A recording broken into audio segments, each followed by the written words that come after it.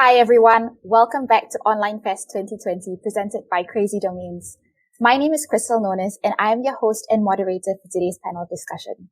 We are live on day one of our first ever Digital Learning Festival and I'm excited to get started from the ground up. If you're planning to run your own business or perhaps you're already doing so, this is going to be a great session full of insights and learnings from fellow entrepreneurs who've got a thing or two to share about their own journeys and how to stay resilient in today's complex environment. Before I invite our panelists up on screen, I'd like to hear from you.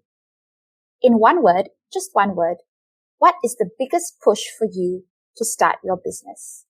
Now, on your screen, you'll see a QR code which you can scan using your mobile phone or a QR scanner app, and you can share your answers right now that will show up live on screen in just a few moments.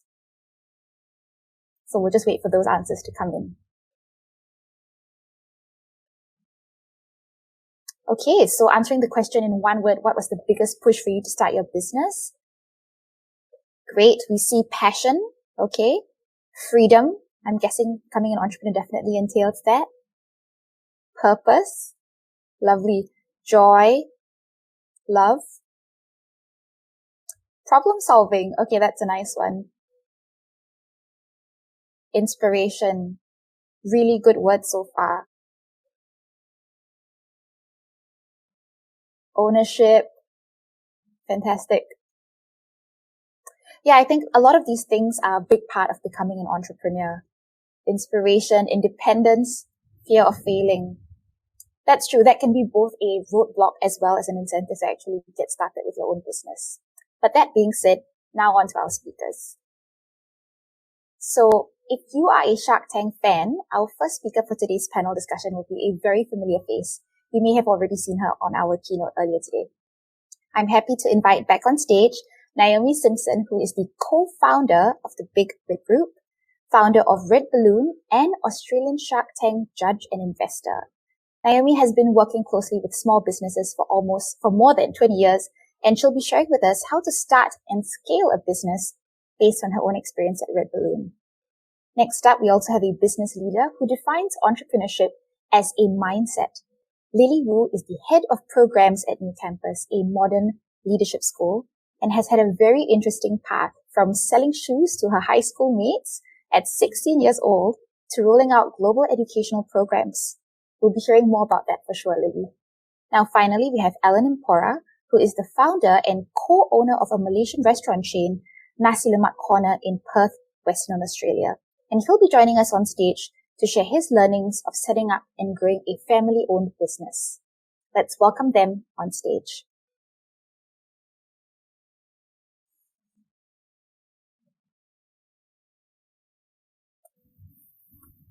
Hello. Good morning, everyone. Naomi. Hi, good to see you.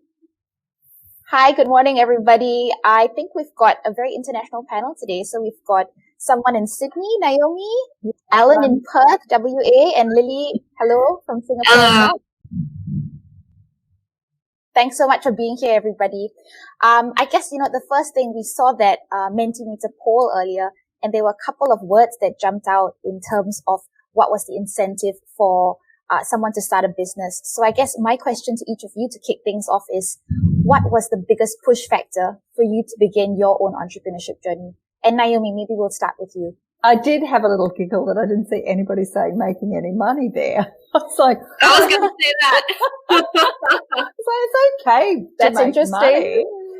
In fact, it's really important that we make money and we see how money moves through organization. My original, in fact, I was very, very careful when I started my business to understand the financial model of the business. I'd been a freelance consultant beforehand, and I would often quote on a job and hope to get it and then wait for payment. And for any small business, any startup, cash is king.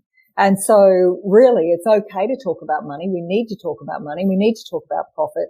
Can't change the world if you haven't got the means. So mine wasn't just about making money. Mine was about flexibility. I had a young family. And it wasn't until I started listening to customer stories that I realized that we had a real opportunity to impact, not just our employees, but our experienced partners and the broader economy. And the work that we did came from listening to stories. But please make money. Helps the world go round. Yep, that's a good point. And then the next lady, Lily, tell us why you started your entrepreneurship journey, or was that more just a discovery of an opportunity? Tell us about the shoe business. I think everyone's dying to hear how you started that at 16 years old. Yeah, so I guess definitely kind of like what Naomi said, it came out of a point of also desperation. So when I was 16, like I grew up in a very artistic family, so I always thought I was going to become a artist or an animator. Had no desire to be in business, and but during the global financial crisis, my parents were not doing very well. So they decided to go back to China to discover their own opportunities. And at the time, they gave me $100 for, wow. They didn't specify how long this $100 was supposed to last. And so I thought it was actually for the 3 months that they were going overseas. So I had like no conception of money. And so, 2 weeks later, my $100 is running out. So I just decided to go for retail jobs to try and find, some money to survive for the next couple of months till my parents came back.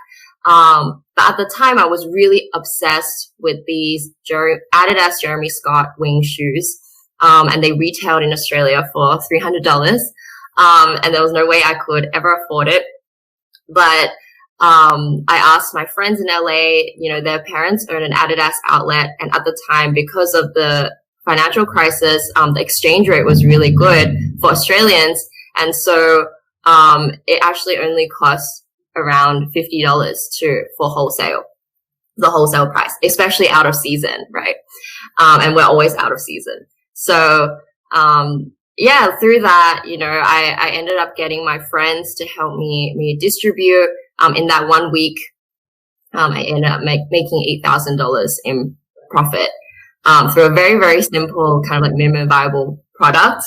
But yeah, it's, out of this, minimum viable product. No, I was just going to say, you said minimum viable product. It was just kind of out of desperation. You saw this opportunity and you thought, I'm just going to go for it because I see that this is what the market needs. I'm just going to jump really quickly into Allan. Allan was smiling because I know, Allan, you're a sneaker fan. So he's like, yeah, definitely. Absolutely. But what about you, Allan? I mean, you started Nasi Lemak Korner. That was I know the backstory behind that was, it was really a passion for you for food, you and your family. But what was the push factor? Was that it? The passion for food? Yeah, I mean, I'd say it's a mix of a couple of things that brought us into the game. And I say us because there's a lot of smarter and much more talented people behind me. I guess one of them was, I'm still working in banking, and I have been working in banking, and I always thought that I just needed a better way to cut through and get closer to my customers. And a lot of the skills that I'd learned in my day-to-day job, I felt could translate better into something which I had more direct ownership and grasp over, and in terms of just control over how the business flows and moves, So that for me was something which helped me just decide, you know what, I think I can do something myself, bring some of those transferable skills that I have in my day-to-day job and bring it alive in Nasi Lemak Korner. Now, the other thing which is an moment is I used to hate the fact that we still have to take her for dinner and used to go to particular locations, and she never quite enjoyed the food. So, I thought, let's get her something that potentially she could put a stamp onto it. And, that's how the restaurant began. Interesting. Okay, so very different journeys for each of you in terms of starting your business. I guess one quick question is, I can imagine that people, each of you and other small businesses that are tuning in now may have a vision or an idea of what they want their entrepreneurship journey to look like. Now, how important is it to hold on to that initial idea, whether it's a vision or a set of values, and how much should an entrepreneur or small business adapt to that? So I guess adaptability, flexibility. Naomi's got raising her eyebrows. I know there's a lot to say about that. Yes. So yeah, please, Naomi, share your thoughts. Oh, well, I think, and I see this a lot in Shark Tank businesses, and I'm asking questions really carefully to understand the difference between persistence and pig-headedness. If you have an idea, you've got a plan and you really want to run with it, that's fantastic. And it does take determination. It takes resilience. But it also takes being adaptable. And that is not to flip-flop, and many small businesses, or they use the word pivot, but let's not pirouette and keep spinning. So there's a difference between persistence and pig-headedness. And I would argue that pig-headedness is when you're not listening and adapting and learning, whereas persistence is keeping your goal, keeping your the light at the end of the tunnel. You know what you're trying to do, but you are gathering information from those you're around you, not just your family and friends, but also stakeholders, particularly customers. It was when I spoke to or listened, everybody who goes on one of our RedBalloon activities gets a little note from us saying, how was it for you? And back in the early days, I'd read every single one. And it was in reading those I got my real sense of purpose, because I understood the job I was being hired to do, which was about connection, about building connection between humans, and that sense of surprise and delight and joy. And once I knew these emotional drivers, I was able to adapt. So yes, have a big vision, but do not be pig-headed. And also, if you're ultimately looking for investors, and this is what I found, sometimes I love people's ideas, but I couldn't work with them. They were just so set in their ways. It made it very difficult. That attitude, I would say almost that mindset of how you want to approach your entrepreneurship journey is really important. Quick segue to Lily. So you describe entrepreneurship as a mindset. Tell us a little bit more about that, and why, having this growth mindset is so important, especially in your space. You're in the educational space. Yeah. So, when I first started my businesses, I had no idea what entrepreneurship even meant. I had never even heard of that word. So there was kind of I had never learned how to do a business plan. I had never learned to even create a website. It kind of is a problem solving attitude that I adopted. And it's really funny that you were saying, people having that vision on what your product or your service looks like at the end. Kind of like what Naomi said, it's always about listening to your customers. And for me, even from the very beginning, by the end of my second business, I had created these, a 7-figure business as a university student. And we were running global programs around the world, working with the top companies worldwide, and that's what people see. But the first programs was me going to a random city in China, taking my friends with me, them paying me $2,000, and that was my MVP. And then when I took actual university students, so many things went wrong. But it wasn't even after a whole program and iteration process. It was every single day we would be running interviews with our students, and also just iterating every single day to make sure that the experience was up to par. But it never started off. The experience in the beginning was so different to what the end outcome was. And eventually for me, it was, I grew into that vision, as it became bigger and bigger, but it was not like that in the beginning. I can imagine. So listening to customer feedback, having that growth mindset, being willing to adapt. I think Naomi's phrase of pivot, don't pirouette is fantastic. So relevant. Quick question to Allan, I guess, because, when you and your family started the business of Nasi Lemak Korner, the objective or the vision was always to create an authentic Malaysian experience, right? A local hawker kind of feel. Now, I guess Malaysian food is not necessarily the first cuisine you think about when you think about WA or food in Perth. So how has your customer experience been shaped by your customers, and how have you kind of reassessed and adjusted that? Yeah, I must say that was a really challenging part of the business. In that the word itself, authentic Malaysian food, that's so subjective to people's palates, and especially your Malaysians and Singaporeans and Southeast Asians are really passionate about their food. So what's authentic in one part of the world is not authentic to another. So especially at the very beginning when we were finding our feet, it was a real balance of getting all our customer feedback, listening to it, taking it in, but at the same time staying true to what and who we thought we were. So finding that ultimate balance about what we wanted to deliver. And then the other thing was the price point, being in Perth, and what a lot of Malaysians, Singaporeans are used to in terms of the price that they pay for food when they're in Malaysia, and having the same item in Perth and having to pay a slightly different price. So again, that was that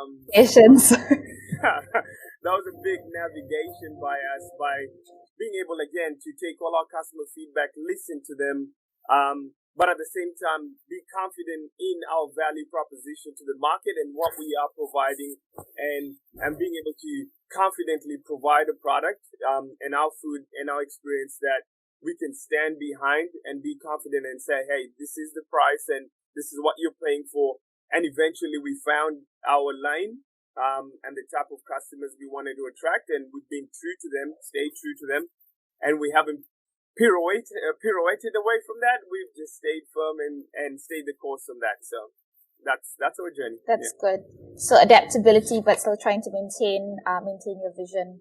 Yeah. I guess one question, kind of looking back on your entrepreneurship journey, Allan, what was you're still pretty much in it, right? You're still running this business as a side hustle, and you're balancing that with your full-time job as well.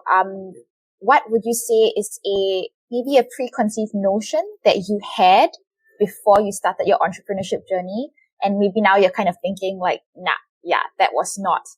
I'm gonna call myself out on that. You've debunked that myth. What's something that you thought about at the start and it's totally different now? I think if you ask my friends, they think my main job is my side hustle and my business is my main job. So I think it's just the amount of time it takes. Prior to starting this, I don't think I had gray hairs, but now I've got lots of gray hairs. I think I always thought I could do it by myself. I had this thing in my head where, starting a business, all I got to do is just manage it right, and I'll be all right. I got everything by myself, and it's pretty much it sits on me. Quickly debunk that. You absolutely need a fantastic team around you, and you need people who, as Naomi mentioned, your stakeholders, they might not be physically invested in the business, but you need people who will check you. And sometimes when you think you know it all, it's always great when you've got someone who's going to say to you, nah, I don't think that's the right way to go, and I think you need to think about something else. So that's really important. And as I mentioned, a team who actually believes in what you're doing, who actually believe in the business model themselves and are bought in, critically important. I wouldn't be here without a lot of support behind me, in terms of people who just bought into our business philosophy, our mindset, our goals, and what we were trying to achieve. And so definitely that was one. That's a myth. A myth debunked. Yeah. Yes. What about yourself, Naomi? Yeah, hands up. Yeah, hands up. Look, there was a number of things. I would like to take a really a personal view of this, and that is that I thought I was going to be an absolutely fabulous manager and leader. I just did, and actually I had to do a piece of work on myself, which was understanding what my strengths are. And, as business owners and founders, we think because it's our idea, we will be the best at it. And because we used to do every job. So when you start a business, everybody's a generalist. It's all hands on everything. Nobody has a job description. But if you want to scale a business, you've got to play to people's strengths. And the first thing I had to do was on myself of working out what my strengths were. And so one of my strengths is woo, which is why I love to come and meet people and talk to startups, is because I love meeting people. It's my natural state. But if you give me some level of detail and, you know, it's not my thing.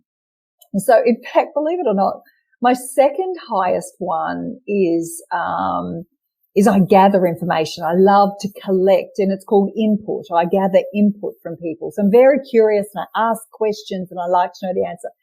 And one of my lowest ones is actually emotional, or empathy. I'm not very empathetic at all. And I'm definitely not, touchy feely. No, that's not my thing. Like when people come and they say, I can't come to work today because my mother's got an ingrown, you know, toenail. I'm like, but we're changing the world. You know, like I'm so not interested. So this is not good for, as a manager, you need to have some level of empathy with the people about you. So what I learned is I'm a much better leader than I am manager. And the next person I needed to put beside me was somebody who was the opposite. Shared sense of values, shared sense of purpose, but different strengths. And my business partner, David Anderson, absolutely brilliant at that. But he does say, Naomi, you are the entrepreneur, you're the ideas girl, you're the one. But he said, I'm the one that it will gather all of the right resources, capital, whatever we need to really scale this. So I do want to say something quickly on partnerships, because originally when I started my business and began to get a little success, the first person I turned to was my husband, because I trusted him. And actually it didn't mean he had those opposite strengths. And as it happens, 10 years later, my marriage left. We were married for 20 years and it finished. And you know, that's now 10 years ago, and I've gone on and found myself a new business partner. So I just want to say to startups, please don't turn to the people you love the most and trust the most. Who you choose as a business partner or the advisors and people to put you around is the people who will show you your blind spots. The people who will hold up that mirror and say, I'm challenging you to greatness. Yeah. And that you completely respect them for who they are. And so I've seen, you know, family businesses work very well, but make it a powerful choice and really have clear lines of responsibility. Brilliant. Lily, what are your thoughts on that, Lily? Yeah. So I guess I'll add something that hasn't been said so far, which is I think a common perception of starting a business is that you need a lot of resources in order to start. And it's what I see a lot. A lot of people have, you know, told me, oh, you know, I need to put in my entire life savings in order to start this business. I need to buy a whole bunch of stock, or I need to, you know, like what are all those things like those CRM systems or all those kind of knickknacks that I need to buy in order to have my business function. And what I just want to say is that when you're first starting a business, you know, you want to be able to create a blueprint. You know, you need to be able to validate that this is what people actually are willing to pay for before you invest, you know, your money and your, you know, hard-earned, resources into creating a business. Exactly. So, you know, once you've built, you know, a lot of people are like, you know, but mine is a technical product. Like I need to build an app. I need to find engineers. And my question is like, why can you not build that, with a free website and hack together, you know, kind of like free resources to see if it validates first, or Excel spreadsheet, you know, that acts as a great database in the beginning. So the last thing that you want is to end up building a house and then realizing the toilet is in the wrong place, or the piping is in the wrong place, and you have to like tear down the entire house in order to switch it to a different place. You want to have a blueprint where you can easily manipulate that, and test that until you build your final product. Yeah. Brilliant. No, I think that's a really good insight. Definitely a myth, I think. And, you know, for our customers at Crazy Domains, what we've also found is that sometimes the biggest barrier to starting something is not feeling like they have enough, or their idea is worth enough, or that their business is not ready to start that. And I think you hit the nail on the head with this element of scalability. Naomi, that you've got a book all about that. I know. From startup to scale up. Yeah. Like, I mean, I guess when someone is starting up a business, the first thing they're thinking about is, these are all the things that I need to do right now. But I feel like as an entrepreneur, you can't just think of the right now. You need to have a little bit, even though you have to be flexible, you kind of need a little bit of a plan as to how you're going to scale that 2-3 steps ahead. Yeah, I want to just pick up on something that Lily said, because it's a very important thing for people to understand. Being an entrepreneur is a personal journey, and it's also about your own risk appetite.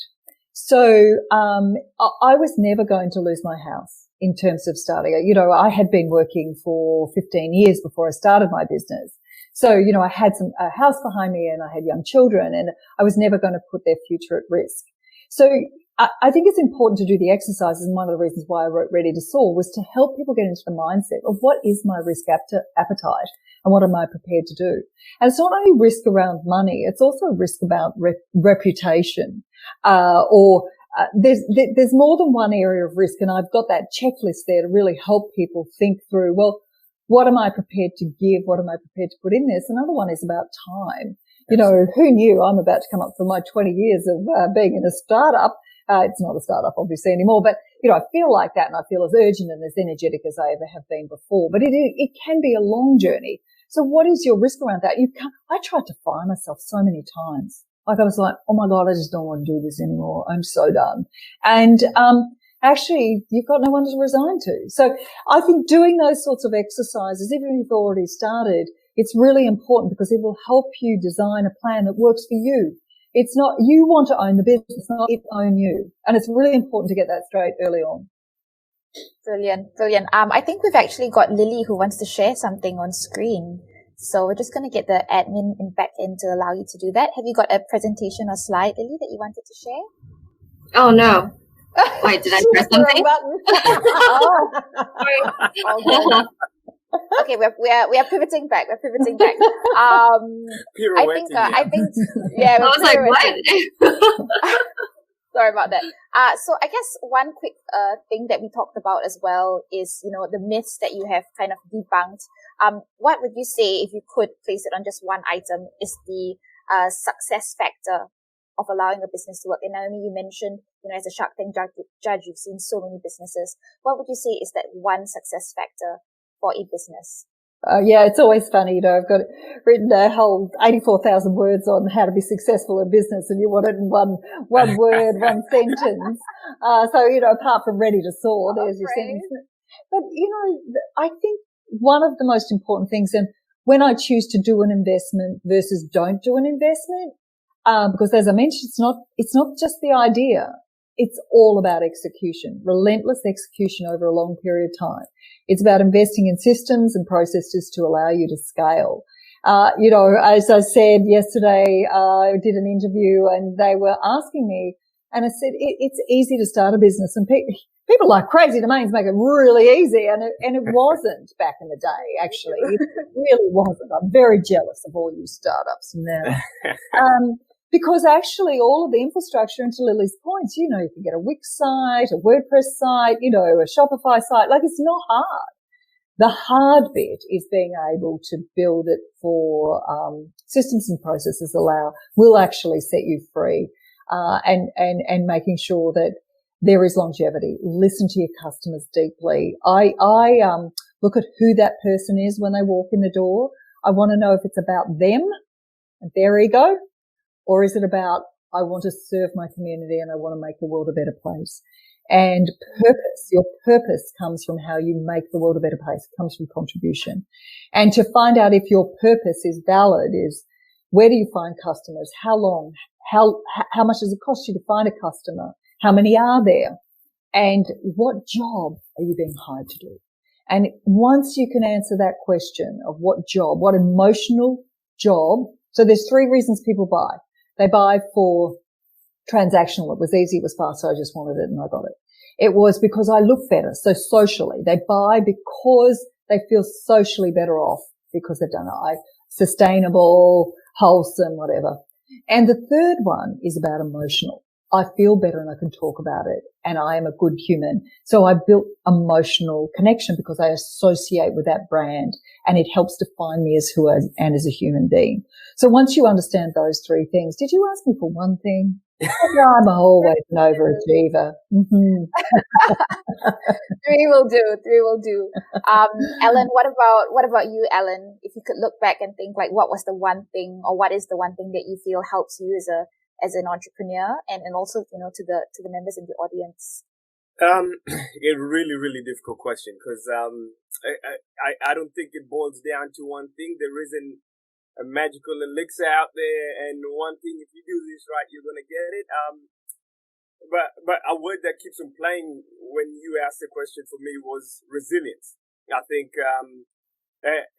throughout the business journey, you'll always have ups and downs. I think there'll be times when, as Naomi said before, you want to resign, there's no one else to resign to, and so those are the times when there's no one who's going to push you out of bed, there's no one who's going to ask you to get up, there's no one who's going to ask you to inject more ideas into the business, so sometimes, as much as I said before, you've got a team behind you, but that resilience and that push has to come from the owner of the business as you're starting up. When you scale up, then you've got a bit more liberty behind that. But at the very beginning, it's a journey and it's a mindset, as Lily said. You just have to have that mindset. And the reason that gets you out of bed has to be aligning towards your purpose, as Naomi said. So you really have to believe in why you're getting out of bed. And I guess for some people it can be about money, but for me personally, it wasn't enough to get me out of bed. There has to be a purpose which is outside yourself, and it has to be about adding value to the community. For me, myself, it was about adding value to the community, providing employment for others, being able to connect with the locals and bring a lot of what I loved about Malaysia to them. And ultimately, selfishly, there was a lot about my family and my kids and being able to translate and pass things on to them in the next future. So in the next generation, I'd like to say. So that for me was the thing that got me out of the pits on the days when it was hard to wake up, when the business didn't generate to the level that I thought it could. And I had that little, should I say, anchor that kept me going, that just kept me going. It was next day, and being able to get out of bed. So I think if I were to put it into one word, that resilience. Yeah, is something that I think I hang on to. So. Brilliant. I just want to jump on something that Allan mentioned, which was, hiring people. You mentioned kind of building up that team. Now, obviously, when you're scaling a business, you're starting up. Again, some of our customers at Crazy Domains are solopreneurs or sole traders. Now, when you're starting to grow that business, we've lost Lily for a little bit. When we're starting to grow that business, basically, you need to hire more people. Now, what are some key things to think about when you are growing that team, when you're growing your business and scaling your business and growing that out? So, Lily, would love to hear from you as well, because you obviously started shoe business, solopreneur, and then you've grown, with Austin, you had a team. And of course, now at NewCampus as well, there's a much larger team there supporting you and backing you up. How do you make decisions in terms of hiring when you're growing a business? I think we've just got you on mute, Lily. If we could just get your audio up. No Sorry. Worries. I realized I had muted myself because my background is just raining right now. So I don't know if you can hear it, but just didn't want everyone to hear that as well. So to be perfectly honest, I'm probably not the best person to ask about team because, for my shoe business, I had recruited basically for my shoe business. I'd recruited all my buddies, but it really was to do with understanding what are the incentives and how can I provide those incentives without the conventional actually hiring them. And it was really the same thing for Austin. We had over 40 people as facilitators who were running programs around the world. And honestly, I only had 3 teammates, me, my co-founder, and one other person that we hired. But understanding those, and because running the facilitations around the world, the programs were not a full-time basis, and we could only pay when they were, in the program itself.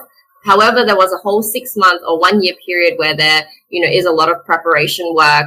And so for those, I had to really understand, what are the incentives what are they trying to learn from it? How can I create a process where I'm also fulfilling the needs of improving the program, but also understanding, how we can help them achieve their own personal goals. So really aligning what they really want out of the experience and what I want as a company, and aligning those two things. And I see that now as I'm working. A lot of the times as a manager, though, we often kind of forget what the needs of the person that you're managing are, and what actually is their own personal goals and their personal, what they actually want to learn out of the experience. And instead, we see a lot of managers who are like, you should just do whatever is good for the company. But I don't care what you actually want.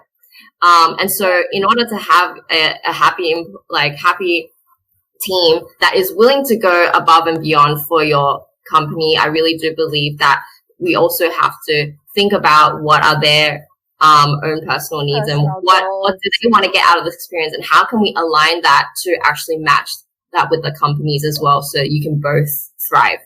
Grow and thrive together collectively. No, I think completely agree with you. And Naomi, you've got an empire, of course. Just having a quick look at the time.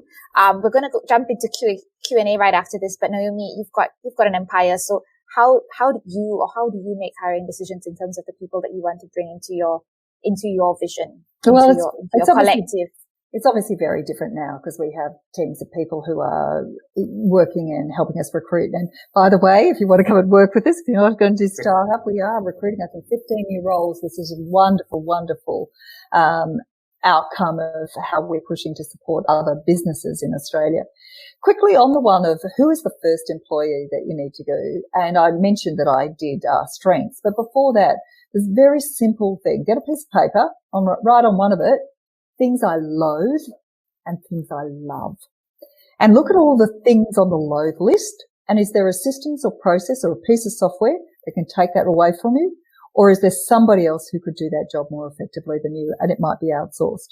So really, it's a very simple model. And then you just keep going through that. I, like you, Lily, at the very first employed, actually mainly people out of Western Australia, and they were all friends. There were 7 of them and they were all buddies, and it was all great and it was all chaos. And at some point we had to grow up.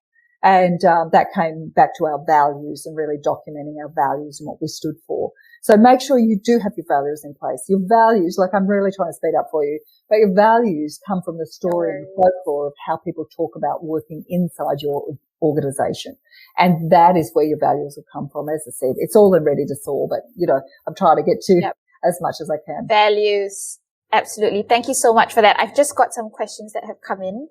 So there are a lot of questions actually. First one.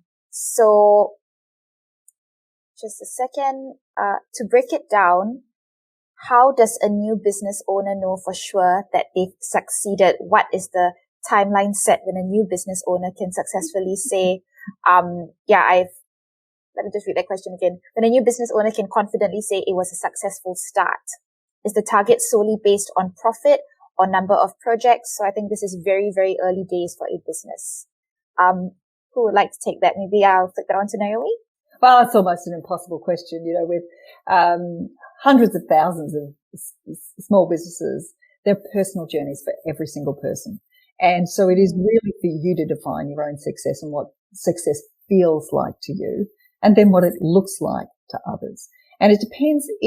Beauty is in the eye of the beholder. If you wanted to go to the bank and get a loan, well, there's certain metrics that they are going to look at, which is what is success. So it really, really depends. And also there's such different models and valuation models depending on the sort of business that you are. If you're a software business, software as a service, whether you're a marketplace, whether you're an agent. So there's different metrics for success. Find out the industry standard and maybe benchmark yourself against that and just try and be a little bit better. But set yourself some timeframes in terms of the goals and the metrics you want to achieve, and make it transparent and hold people to account. Brilliant. So transparency, having kind of set timelines, and also look at what other players in your field are doing. Great. Our next question is really interesting. This is from Paul Milsom. Thank you for that question, Paul. Talk about some things on serendipity. So Paul has been an entrepreneur for 22 years. I'm going to pass this question to Lily because I feel like, when we spoke the last time, a lot of things came into your path, Lily, and the term you use is, I just ran into fear head on. So yeah, talk about serendipity and the opportunities that you've kind of come across in your entrepreneur journey. Yeah, I really do believe serendipity is is really important, but it's also to recognize that when things come your way, your eyes are open in order to see those things. So I actually started my second business. I actually didn't start any of my businesses because I wanted to start a business. It was purely just to solve a personal problem. And so when I was starting my second business, I was working in accounting for a global accounting firm, and I absolutely hated it. Like, I just thought I was going to go through some existential crisis. So when I quit, I was exploring options on what else I could do out there. And because as a university student, I was faced three problems. The first one was I didn't know what I wanted to do again. The second one was that, a lot of my friends were saying, I would die to be in your position. And the third one was that I wanted to make sure I had the right transferable skills in order to adapt to like the changing society. And so initially I was just thinking, okay, you know what, I'm going to apply for ISEC, which is a global nonprofit organization for internships and like volunteering. And during the interview, I kept saying, I really want to experience going to China because I'm Chinese, to do an internship and to get out of this kind of Australian bubble and experience what's also out in the world. And she kept saying, you know what, we do have placements in China, but do you want to, do a volunteering teaching English in Hungary? And at the time, I was not in the right frame of mind. And I was like, what? This is like not relevant at all. And so she kept asking me, do you want to do volunteering in Hungary? And I was like, not really. And so after the interview, 2 weeks later, I got an email that was like, you have been rejected from this process. And it turns out later, I found out that they actually just did not have any placements in China at the time. So if they had told me that, I would have just picked another place. But because they didn't tell me that and they said you've been rejected, I was just like, fine, I'll just go to China by myself. Except the problem was that both my parents are artists. How am I going to find my own internship? And I was studying business law at the time and accounting. And so I was like, you know what? I'm going to ask all my friends to come with me. So I invited all my 20 friends, high school, primary school, uni friends to come with me to China. I was like, you pay me $2,000 and I will organize an internship experience for you. I'll find your internship and I'll book everything like accommodation, activities, cultural stuff. And I was like, how am I going to do that? Yeah. And these people are studying like aeronautics, engineering, and really random stuff. And I didn't even know what city to start with. So I didn't have an opportunity to just find businesses. So instead I was like, how can I think out of the box? So I was like, what is publicly available? And I just basically scraped 400 different university emails in China because they're all available for the Dean of International Education. And so because I knew that their KPI was to get university students, so I scraped 400, would email every single one in my shitty Chinese and was like, hey, do you want to take on these 20 students who are studying these things? I'll pay you a lump sum. And only one of them agreed to do that, and which was a university in Northeast China called Liaoning University in the city called Shenyang. And anyway, so that's how it started. But it was kind of that is a story of serendipity for sure. Like you said, business, this opportunity of that internship turning you down, definitely. Exactly. Allan, what about you, Allan? Were there any moments, maybe one or two, that you feel like was a turning point and you thought, yeah, this is actually a great opportunity, and you took that on?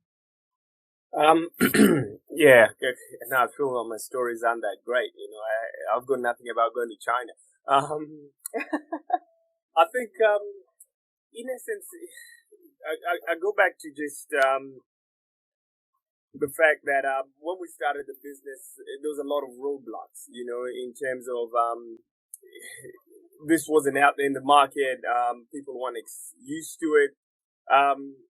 But I go back to just the fact that being clear on what our purpose and our vision and why we had wanted to start the business, and just staying true to that and being able to push on past all the various roadblocks. There's so many tales I can tell about moments that didn't work, when it comes to business partners that weren't successful, having the wrong people next to me, and just being able to push past all of those barriers and obstacles just on the very fact that you believe in what you're trying to do and what you're trying to achieve. So I don't know, I'm still looking for that moment, so yeah. Always looking for that moment. Yeah. No, brilliant. Thank you so much. I think we still do have maybe one or two questions, but I would like to just wrap up the session a little bit because we are going to have our audience members join us in our breakout tracks very shortly. So just a quick summary of what each of you have shared. So a couple of gems here. To the audience in the room, pivot, don't pirouette, to kind of stay very clear with your vision. Develop a growth mindset. So always focus on lifelong learning. Lily, thank you for that one. Surround yourself with good people and get various perspectives that challenge you to greatness. Allan and Naomi, thanks for that one. So basically someone who can show you your blind spots, not just your strengths. Definitely, that you don't need a lot to start a business from the ground up. And it's really about thinking about how you scale and coming up with a blueprint, which you can then adapt and adjust accordingly. Know your risk appetite. Oh, hands up. Yes, Naomi? I'm so sorry because I do know we're running out of time. And there's a few things that I just didn't really get to say. But if anybody wants to jump online tomorrow with me for Startup Grind, I'm a big champion of startup. But if you want more questions, go there tomorrow. I know we did a promo code for the Ready to Soar, which people who were in my session earlier. I also want to do a big call out for businesses right now. We must support each other. Those of you might have noticed I've had a wardrobe change. I was wearing Anthea Crawford this morning. This is Elisa Barron and this is Quebec. They're all Melbourne-based businesses, Melbourne-based rag trade, all needs our help. So please buy local. Doesn't mean you don't buy in China, but buy Chinese for Chinese in China. Don't have to ship it everywhere. So please, we've got to support each other, buy local and support Australian businesses. That's what I'm here for. Love that. Love that, Naomi. Supporting Australian businesses and New Zealand businesses. Thank you. Of course, New Zealand. We have a business in New Zealand. How did I be able to say that? We love our Kiwis. Except when it comes to rugby. Sensitive topic. Yeah, sensitive topic. Okay, so going back to the summary. So know your risk appetite in terms of money, reputation, and time. Ask yourself the question, what job are you here to do? What are you being hired to do? Think about the incentives for people that you hire when you're building your team around you and what motivates them and making sure that that's aligned with your business. And finally, come up with a love versus loathe list so that you can think about hiring or using tools or solutions for your weak spots and then pursuing what you love as an entrepreneur when you're building your business from the ground up. I think that is all the time we have today. Thank you so much, panelists. It's been a real joy speaking with each of you. I think for me, the biggest thing is really that, you don't have to start with a lot and you need to have that growth mindset and learning mindset about taking a business online and growing it further. So thank you, Naomi. Thanks so much, Lily, and thanks, Allan. We'll see you very soon. Thank you. Thank you, everyone. See you guys. Brilliant. Thank you so much for that, everybody. I hope we had a great session. I think we had a couple of questions come in which were really useful and insightful as well. Now, as we move on to the next part, this is not the end of the event today. As we move on to the next part, we've actually got 2 breakout tracks for you to choose from. So the first one is the breakout track with Tim Shibley and Michael Della from Fremantle Tours. Now, the topic is launching your business online. Very timely, especially in this pandemic. And just a quick thought starter before you head into that track. What would you say is your biggest barrier in terms of getting your business online with a website? So Tim and Michael are going to be talking a little bit more about that, and I'll leave that with them. That's in breakout track 1. And the second track which you can choose from is actually with Lauren Lever, our Chief Digital Officer here at Crazy Domains. And, they're going to be talking a little bit about branding. So how much do you actually think your customers care about brand authenticity? So if you'd like to learn about how you can build loyalty with your customers through brand storytelling, this is a session not to be missed. And with that, thank you so much. Do explore the sessions as well as the breakout, as well as the expo zone on the tabs on the left-hand side. And we will see you very soon. Have a lovely morning, everyone. Bye.